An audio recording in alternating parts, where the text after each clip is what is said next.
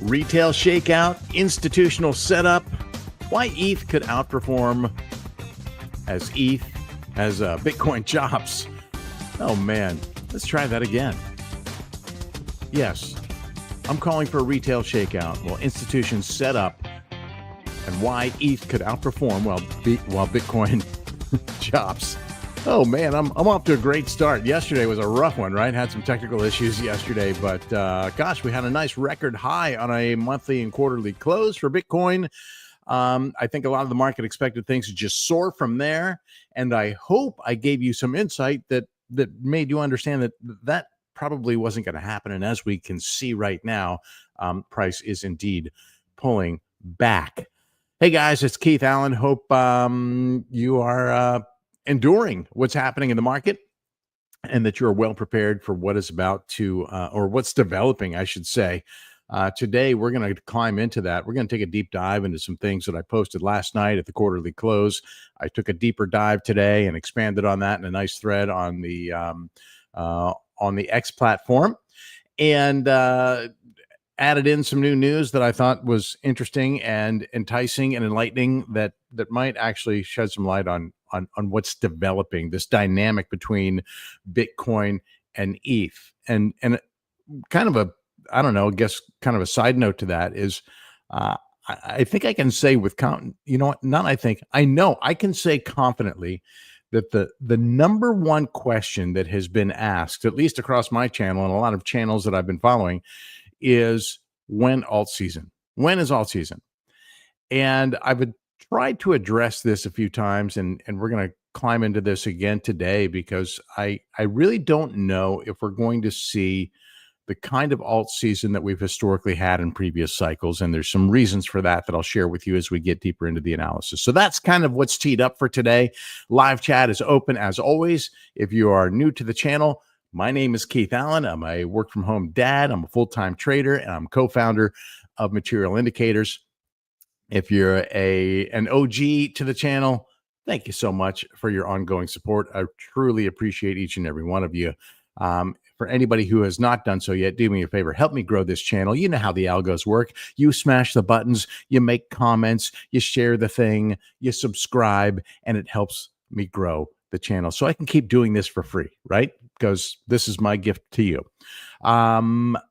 Let's go ahead and climb in. And again, live chat is open. If you're following on YouTube, you can join into the commentary. If you're watching this later, then obviously can't chat with me now, but you can drop a comment and I will respond to that. I always engage with the comments in the stream. So where should we start today? I think we should start possibly on a candle chart so we can see what's happening here in the moment, I guess, right? So we've had a series of important and noteworthy candle closes here these past couple of days. And so we're going to climb into that and look at what's happening with the technicals in the chart, with some of the signals in the chart, the divergence between some of the signals in the charts. And we're going to look specifically today at Bitcoin and Ethereum and share those perspectives with you and those signals with you, I might add. So let's start on the Bitcoin daily chart, and we'll cycle through the time frames, and then we'll do the same with ETH. So let me go ahead and share the channel with you. Share the screen. We'll go with our Bitcoin daily chart. And as you can see, we have this death cross that is finally actually formed. I thought it was going to develop. It looked like it was developing an imminent almost a week ago. And we came within like $4 or $5 of death crossing. Things leveled out. And now we finally actually have that cross happening right now with support, at least for the moment, at the 21-day moving average. Now, I really am not confident that this is going to hold at this stage, and I'm going to show you why. Right, this was strong all last month. 106 was strong all last month, and you can see we've just breached below that at the moment. So here's the dynamic in terms of technicals, and then we'll look at the order book here in a second and order flow and see how that all works in conjunction with this. We had a short signal a few days ago. on the daily time frame. Weekly close, that was important to us. On Sunday, we got an up signal that basically indicates not necessarily that there's going to be a breakout here, but the price is not expected to go lower than last week's low, which was right at just below 100K, right? 99.7 on this exchange.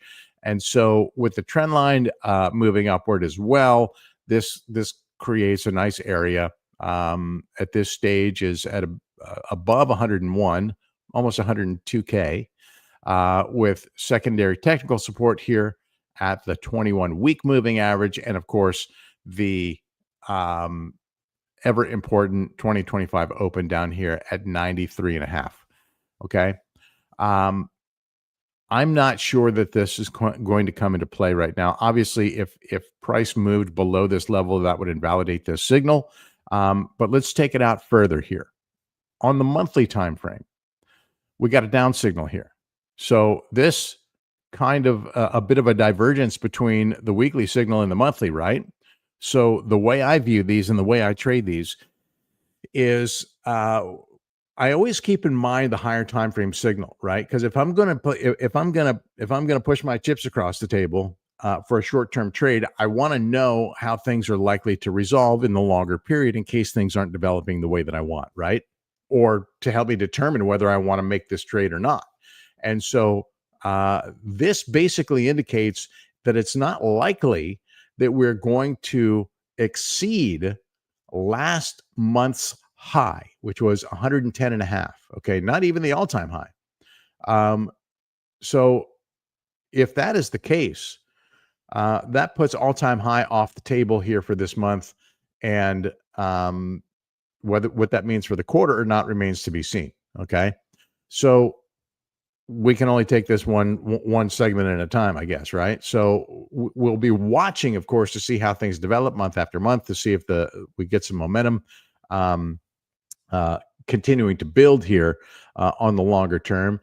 And I just think that there are a lot of potential catalysts looming that could take price in either direction. And at the heart of that is what's happening in Congress. As we speak, we have some very important legislation coming across the floor. Obviously, the big, I can't even say it, but that triple B bill that the president has been pushing has been struggling. It did limp its way through the Senate this morning.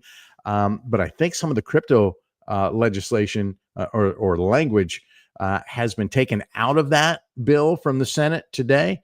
And now it has to go to the House of Representatives to get reviewed again, and they're going to have to vote on it again. And so we don't know if this is passing yet. There's also other crypto-related legislation that is waiting to be passed.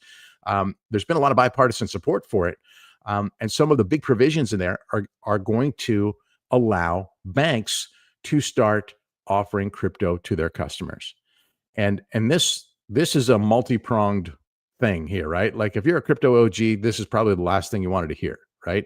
Because the intermediaries that Bitcoin was designed to eliminate are coming in. And they're coming in because they know that DeFi is going to wipe them out if they don't move quickly.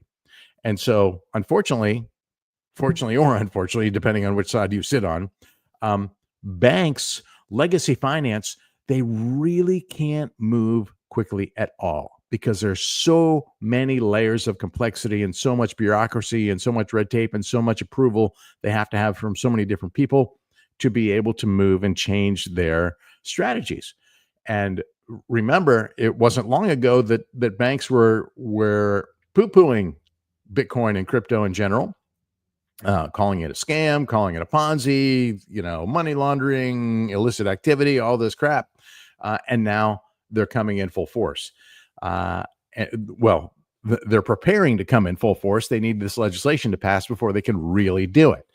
And with that in mind, and this is something that I have been talking about for probably about a month now, since we first heard that, JP Morgan, who's been one of the biggest anti-crypto voices out there. Jamie Dimon, has hated crypto. He's called it, called Bitcoin a pet rock, and said he would, never own it.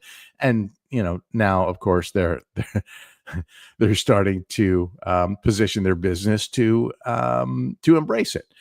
And they're also going to create their own stable coin, a JP Morgan stable coin. And now other banks are talking about creating their own stable coins. And now the European Union has created a stable coin. So now we're getting this whole mess of entities that are developing their own stable coins to compete for a share of the stablecoin market. Are they really competing for a share of the stablecoin market, or are they really trying to track your spending? I mean, how much different is a bank-owned stablecoin, a JP Morgan dollar? How much different is a JPMD than a CBDC, a central bank digital currency? How much different is it? It's not the government tracking you, but it's the bank tracking you, and the government's tracking the banks. So, that's something I'm a little bit skeptical of, a little leery of, a little confused about. I don't see how allowing every business to create their own stablecoin is really much different than every dude sitting in a basement putting together a Ponzi on a shit coin that they're going to pump and dump. Now, okay, so there is the big difference is it's a stable coin, so it's not going to change in value like some of those shit coins do. But it's just, I don't know. It's too early to know, but I'm not sure if it's great for the ecosystem. Would love to hear your opinions on it if you have any. By all means, live chat is open. Comment if you wish. But point being, so let's set that whole stablecoin conversation aside and just think about the fact that banks want to come in and start to custodian Bitcoin and other cryptos. They want to offer their customers a way to onboard and invest in Bitcoin. We know that banks are positioning to do this. We know Wells Fargo is positioning to do this. We know Bank of America is positioning to do this. We know that other banks will follow. We know Fidelity is positioning to do this. We know that those banks are going to want to load up, whether they are doing so quietly on the sidelines now, kind of in the shadows, or they have to wait for this legislation to pass to do so, remains to be seen. But I think it's an interesting dynamic, and I think that there's a good chance that we will see a market-wide dump, a big shakeout, so that those entities, including the First Family, who has raised $2.5-3 billion for their own Bitcoin reserves for their companies, those entities all want to load up, and they want to load up at a discount. So this may be part of the dip that we're seeing develop right now, as Bitcoin has just dipped below support that we've had here for the past month or so. And so that's in the back of my mind in terms of where the opportunities might be for Bitcoin. So we talked about this shifting dynamic here. The other side of this equation is what's happening with ETH, right? And there's been a lot of discussion about ETH. And in fact, on my X channel today, I posted something earlier about Tom Lee. If for anybody who doesn't know, he's a contributor I see on CNBC quite a bit. Actually, a pretty sharp guy, I think, or at least until now, I thought so. And I'm not saying I don't think he's a sharp guy now. I think he's placing a big bet here. Tom Lee was just tapped by I want to say Bitwise, not Bitwise. He was just tapped by Bitmine, excuse me, as chairman to create a strategy and execute a strategy around Ethereum. And he says he's still a big fan of Bitcoin, that Bitcoin is king. But what he is beginning to do for BitMine is he's starting a fund or a strategy, I should say, similar to Michael Saylor's strategy on Bitcoin. He's going to build an Ethereum reserve and try and bolster this company, not just bolster this company's balance sheet with ETH, but the goal here is to accumulate as much ETH as possible so that they can secure the network, have some influence over the network, because, and this is where it gets really interesting. Tom Lee knows that banks are using Ethereum for all of their integrations. Okay, we have settlement, we have transfers, we have all of this happening and being built on Ethereum. So he knows that banks are going to be using this, and he expects to earn revenue off of those fees of those transactions, and he wants to have a stake in the network. And so we've heard of many companies following Michael Saylor's strategy to build a Bitcoin reserve. In Tom Lee's mind and in the company's mind, they want to do the same thing for Ethereum, right? Bitcoin is still considered digital gold, and Ethereum is really the utility that the banks are using. And so if that is true, ETH is a sleeping giant. And a lot of ETH maxis obviously will tell you, they've been saying this for years. That's where all the utility is on Ethereum. So Ethereum has its own problems and headaches and nightmares, largely because of the lack of true decentralization, in my opinion, whereas Bitcoin is truly decentralized. So despite the caveats and the pitfalls that are inherently evident in Ethereum, banks are still using it, and it's not slowing anybody down. So that's Tom Lee's play on ETH. This adds to the institutional story and interest on ETH, in my opinion, and we can see that in what has happened in the world of ETFs. If we go over to the ETH ETF tab from Farside, we can see that there has been some quiet accumulation, mostly from BlackRock. That's not a surprise to anybody. And obviously Grayscale coming in a little bit, but it's mostly BlackRock really dominating. Not even mostly, it is BlackRock just clearly dominating the space here. And they got 5 times almost what anybody else has accumulated, maybe 4 times what Fidelity has, but they're still growing at a more aggressive pace on everything, especially that Bitcoin ETF, right? And in light of the fact that JP Morgan had recently announced that they were going to start allowing their customers to collateralize this IBIT ETF, we see even more inflows coming into that product.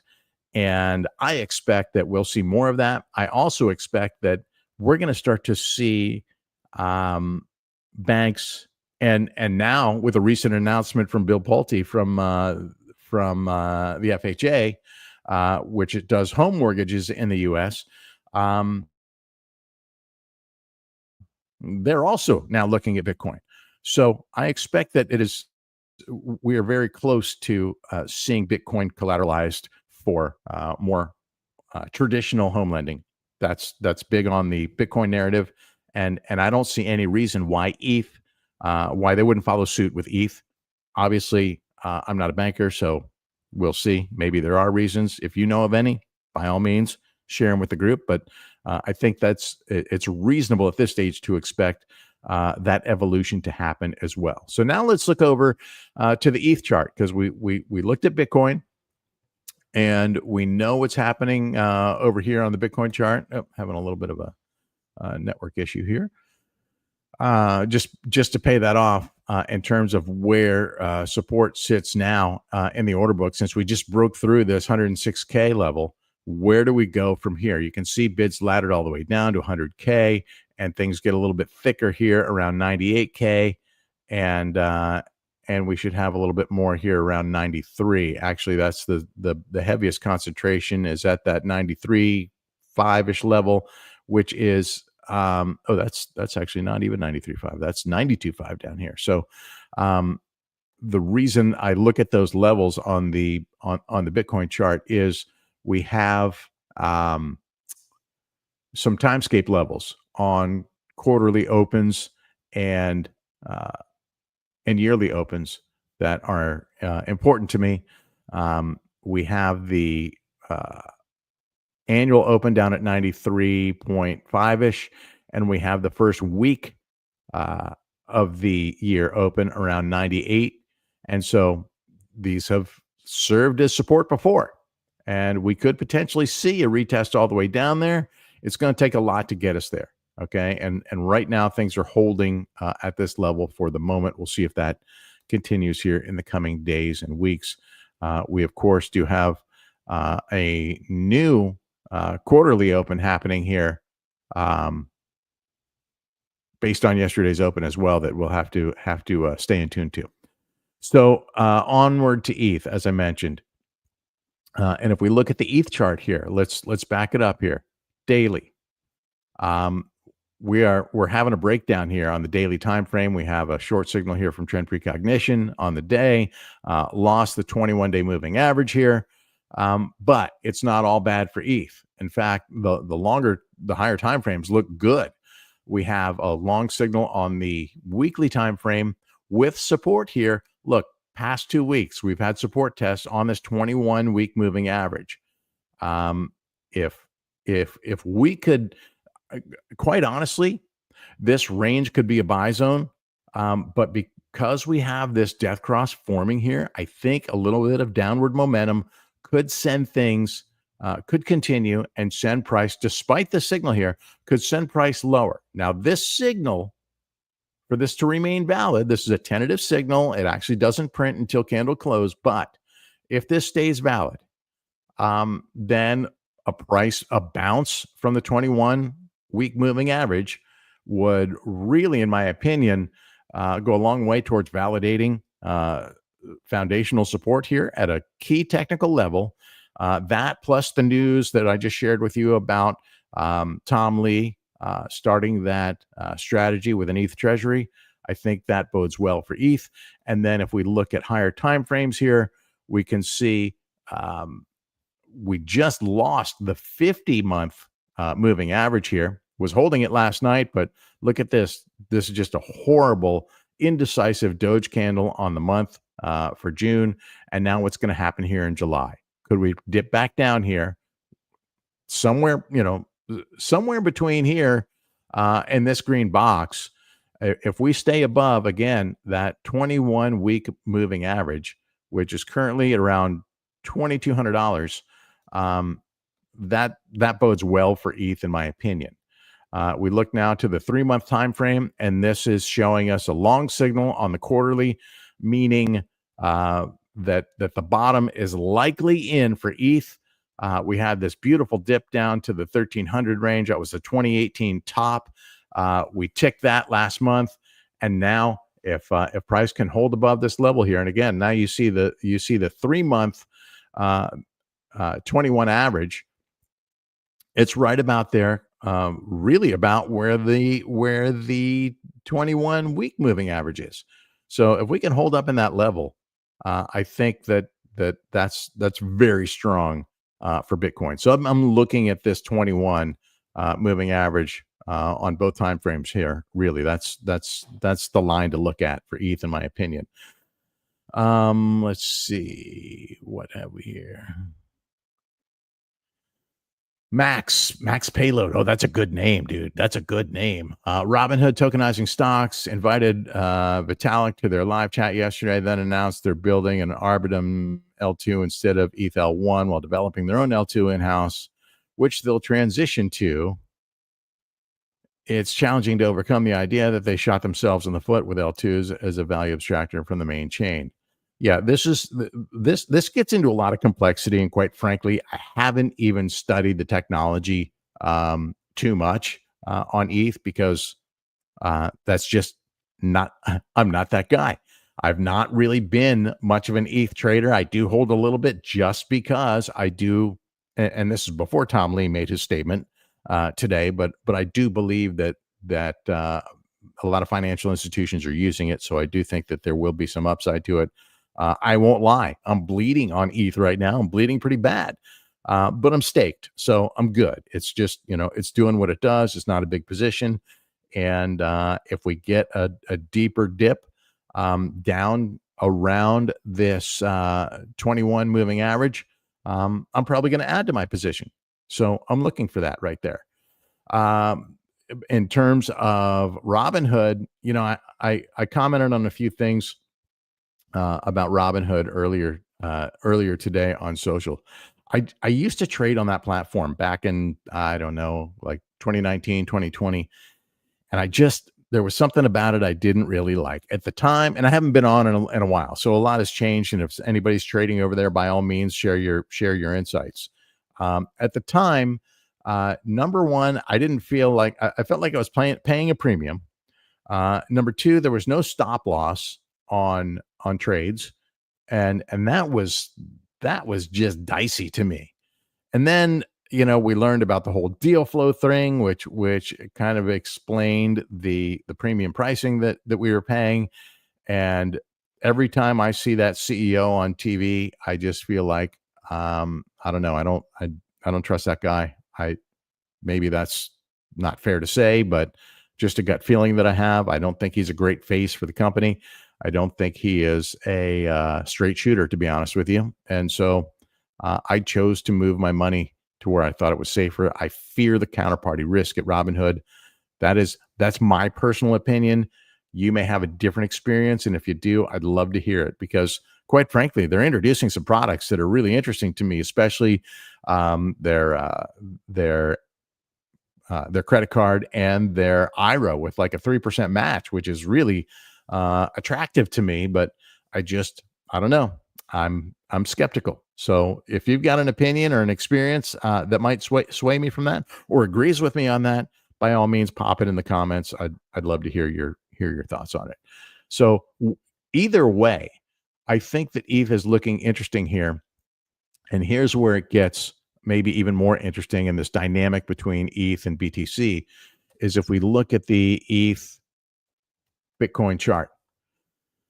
And here we can see ETH again losing, not able to reclaim this resistance level at the 21-week moving average, right? So this is a key level here, but look where we're going. We have a long signal on the weekly. Going down to this prior support level would likely invalidate that signal. But let's take this out a little further and see why this is such an interesting level. All right, look at all of the confluence here, dating all the way back to 2016, where this was strong resistance, and it was really a strong RS flip zone. Look at the candles that have come through here. I mean, this was a 248% monthly candle back in 2017. That, of course, was the legendary first big, massive bull run that a lot of us experienced. For those who came in at that time. And then we interacted with this level again back in 2020, right? So this was what? COVID crash territory, and then bounced our way out of this. Now we interacted with this level once again the past 2 months and have flipped it. So last month we got a support test here, and this is at roughly 0.0218. Any support test in this range, I mean, we're quite frankly close enough to the pin, in my opinion. I'm just kind of watching this to see how things develop here. This is a monthly time frame that we're looking at here. So because And let's see what the quarterly also looks really good here, right? So another trend precognition long signal, and a pretty strong one at that. So I do like what I'm seeing here. These signals are few and far between in this quarterly time frame, as you can see, but they do pay off. Look at this. The last signal we got was a short signal, and that short took price down 80%.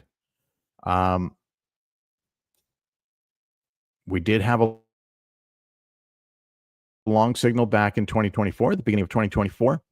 That one didn't go very high. That was, let's see, and ETH has been suffering, right? It went as high as 27% during that month. Nonetheless, this is a strong signal here. We can tell by the length of the signal, and we can look it up and see that it is a almost 41% probability score. That's a solid signal here. So I like that. This makes this a in my opinion, a solid target. I had a lower entry down here actually, and I've just moved that up based on this signal. I'm looking for that entry here.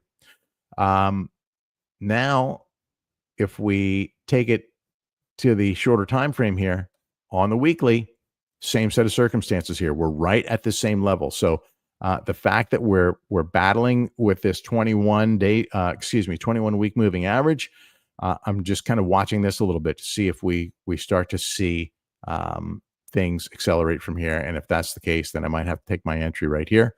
But I don't know, being a little bit greedy right now, seeing if I can get a little bit more.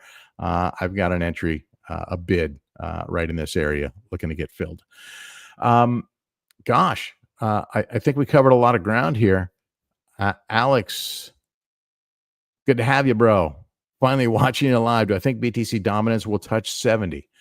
Good question here. And this speaks to the alt season question, right? We've talked about the fact that I just don't know if alt season is going to happen the way that it has in the past. And that's largely because of the institutional adoption coming into Bitcoin. But I still watch this metric on Bitcoin dominance and total 3 and stablecoin dominance. And so what you're looking at here, if you haven't seen this chart before, let's start from the top down. This lighter orange is Bitcoin dominance, and that's what Alex's question is: will it go up? Will it touch 70? In light of what we just saw and what we're just talking about with ETH, I really don't know if it will. Now, this total 3 is all stable. I mean, not all stables. It's the top 100 alts, excluding ETH and stable coins. So in a classic alt season scenario, we would see Bitcoin dominance decline. We would see total 3 rise, and we would see stablecoin dominance decline. And this is an indication that money is rotating out of Bitcoin and out of stables into alts. At this stage, because of the institutional adoption, I don't see nearly as much rotating out of Bitcoin. And that could keep Bitcoin dominance up. But the market, especially retail, is salivating. They're starving for an alt season because they know the potential upside. And what I think is a more likely scenario here this time around is that we see something akin to what we had with the Trump pump back in November, right? We had that election day situation. November 5th was election day, and we saw Bitcoin and alts absolutely soar. Alts really, really ripped. And this is kind of like, that theory, a high tide raises all boats. I think that's a more likely scenario. And so in terms of like the kind of alt season that we have historically seen, that said, because we have this bit of divergence that I just showed you between what Bitcoin is looking like on the longer term and what ETH is looking like on the longer term, I think that there's a chance that ETH could move up, that we could start to see alts pop, especially if Bitcoin starts to continues this grind downward. But I don't know if it's going to be enough to send Bitcoin dominance. Well, I don't think an alt rally will be enough to send Bitcoin dominance down as low as we'd typically seen in an alt season. But I also think that interest in alts could keep Bitcoin from hitting 70. Not going to rule it out because I think it's really strong. But I'm just, I keep watching the technicals, and I think this is a time. If you haven't done so yet, listen, if you're watching this channel, you've probably done so yet. But for anybody who hasn't, now's a good time to be looking at your setups, to be reevaluating your positions, and especially any positions that haven't been filled yet, right? I personally have kind of adjusted my strategy where I'm not really trading Bitcoin so much anymore. I'm looking for opportunities to buy, which I do on the dips that present themselves. I do look for those opportunities to add to my Bitcoin position, and I will do it again and again as long as I have powder to do so. But I am saving some powder for alts so that when we get to these setups, we can take advantage of them.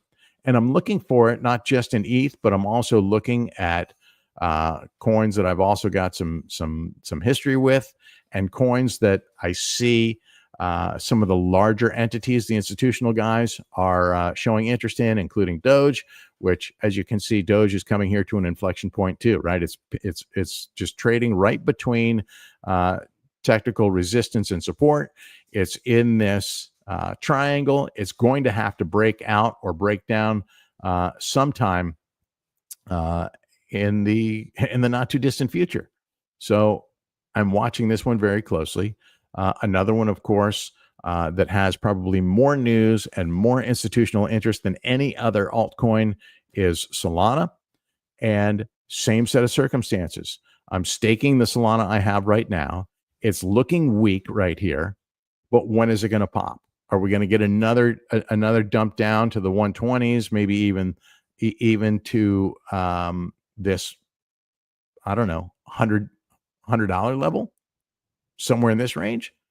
Can't rule it out. So I'm watching. I'm not catching knives. I'm not rushing into positions. I'm looking for that confirmation that we've got buying going on. We do actually have a monthly signal here from the Trend Precognition A1 algo down here, showing long on Solana, but a lot of people expected things to pop last month. It didn't, and they said, "Oh, July is going to be the month." Well, this might be the month, but this shakeout has to play out first, and so that's what I'm watching here. And one more I will share with you: XRP, another one with institutional interest, another one that banks are using. This one a little bit different because it has been trading in above its yearly open, which is important. As you can see here, holding above this yearly open, super important in my opinion. Holding above this trend line, also very, very positive here. You see, I got a lot of lines going on here. I'm really trying to fine tune this thing because it's shaken me out a couple of times. So I'm watching this one closely to see where we go. We are currently sitting at what I just turned off, not the thing I want to do. I want to turn off this one. Okay, so look, here's a support test right from the 21-day moving average. So watching to see if this holds. That one's pretty interesting to me. If it can break back out above the trend line, then I may pick up a little bit of XRP. But this one's been a bit of a roller coaster ride for me. I do think that it will ultimately make new all-time highs, but there's so much hype on this coin. It's a little bit messy. It's a little nasty to me. I'm not taking a big position in it. I just want to have a little bit for diversification because of the institutional and specifically because of the bank use. Banks are using it for settlements, using it for cross-border payments. I think that is interesting. So, this is my take on things. I don't want you to take what I'm saying just as my word. I want you to do your own research and do what you think is right for you. But I'm sharing with you what has been working for me, and I don't win them all. I'm not going to claim that I do, but I'm trying to put sound risk management practices to work. I'm trying to exercise patience and discipline and make wise, informed trading decisions. Hope this helps you do the same. All right, guys, if you got any interest in any of the tools I've been sharing with you, you can find links to the description, links in the description down below. Also, if you haven't done so yet, do yourself a favor and join our free trading community on Telegram. Link to that is in the description as well. Have a good one, guys. We'll talk to you soon.